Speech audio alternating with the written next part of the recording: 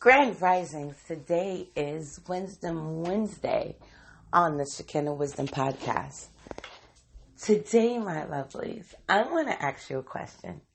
Have you ever been in a situation where you had to walk away from somebody because that person wasn't living in their truth and they were gaslighting you and you weren't able to see the forest for the trees? The first notion when we go through a situation like that is to become angry and blame the other individual, the other party in a relationship. When the truth is, we should be thanking that person and that occurrence for even happening in life. You might ask me, why is that so? The reason why is because everybody that comes in your life, they're there to teach you a particular lesson.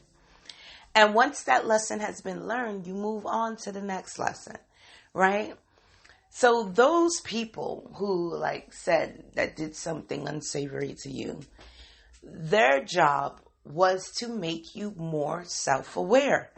Because a lot of times in those situations, there were red flags that were going off that you simply ignored. But those occurrences help you to pay attention to the little subtleties in life.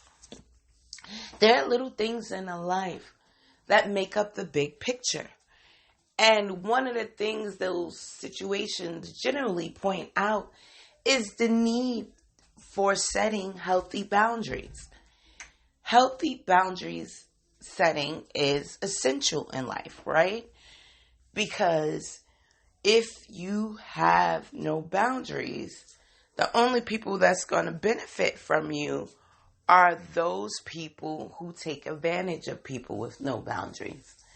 So these people came in your life to let you know that there was an actual problem there. If they didn't show up, you would have continued showing up the way you did. But sometimes when we go through those situations, we totally shut down, like, I don't want to deal with anybody. That's because we're missing the lesson. Remember, the lesson was to teach you more self-awareness. So once you become self-aware, you move on. You don't turn around. You don't sit down and wallow in self-pity because woe is me and look what happened to me. You take accountability. You take ownership over that experience. And you say, what did I do to contribute to this occurrence? And what can I do to make sure that I'm not contributing to this in the future?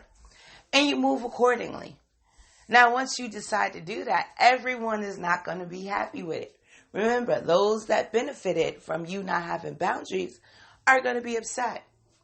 And the first thing they do is usually protest. And those protests tend to consist of maybe bashing you, tearing you down, trying to make you feel like the changes that you're going to institute in your life aren't the best changes because they benefit you.